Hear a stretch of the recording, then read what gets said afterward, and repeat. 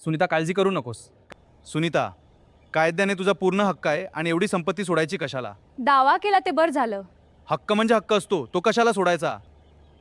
केस क्रमांक 212 सुनीता पाटील कविता शिंदे विरुद्ध अजय मोरे लवकर कोर्टात हजर व्हा. केस नंबर 212. लॉर्ड, हिंदू वारसा हक्क कायद्यानुसार मुलींच्या वडिलांच्या संपत्तीवर मुला एवढाच समान हक्क आहे. ही संपत्ती स्वतःच्या नावावर करण्याचा प्रयत्न केला आहे. ऑर्डर, शांत बसा. केस नंबर 212. अजय मोरे, तुम्हाला यावर काय सांगायचे? तुम्हाला तुमच्या बहिणींना संपत्तीत वाटा द्यायचा नाहीये का? साहेब, या माझ्या सख्या बहिणी आहेत. त्यांनी जर प्रेमाने माझ्याकडे जीव मागितला असता तर तोही मी दिला असता. संपत्तीसाठी कोर्टाची पायरी लाज वाटते. मग अडचण काय आहे? देऊन टाका बहिणीला त्यांचा हक्क. त्या पण केस मागे घेतील. तुमचा व न्यायालयाचा वेळ जाणार नाही. साहेब, माझी एक अट आहे.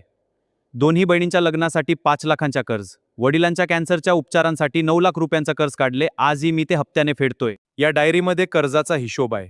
त्यावेळी मी इंजिनियर व्हायचं स्वप्न सोडलं, कॉलेज अर्धवट सोडला, नोकरीला लागलो, कारण माझ्या या बहिणीचे लग्न थांबू नयेत. माझी 70 वर्षांची आई, ती 3 वर्षांपासून अंथरुणाला खिळून आहे. तिची मलमूत्राची घाण माझी बायको रोज स्वतःच्या आईसारखी साफ करते. 3 वर्षांत एकदाही तक्रार केली नाही. जर या संपत्तीचे 3 समान वाटे होत असतील तर या 13 लाखांच्या कर्जाची 3 वाटे करा आणि आईच्या जबाबदारीची 3 वाटे करा. वडील जाऊन अजून 1 वर्षही पूर्ण झालेलं नाही आणि तुम्ही वाटा मागण्यासाठी कोर्टात आलात. तुमचा हक्क आहे, मी तो कधीच नाकारला नाही. पण एक प्रश्न विचारू का? आपली जन्मदाती आई अजून जिवंत आहे. काय वाटत असेल तिला? ज्या लेकरांसाठी तिने रात्र जागून संसार केला, तीच लेकरं आज कोर्टात उभी आहेत.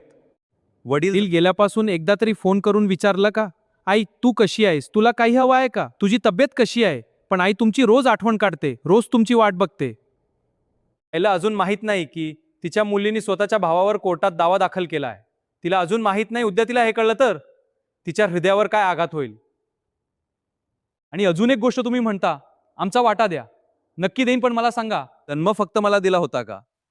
आई वडिलांनी फक्त माझ्यासाठी कष्ट केले होते का?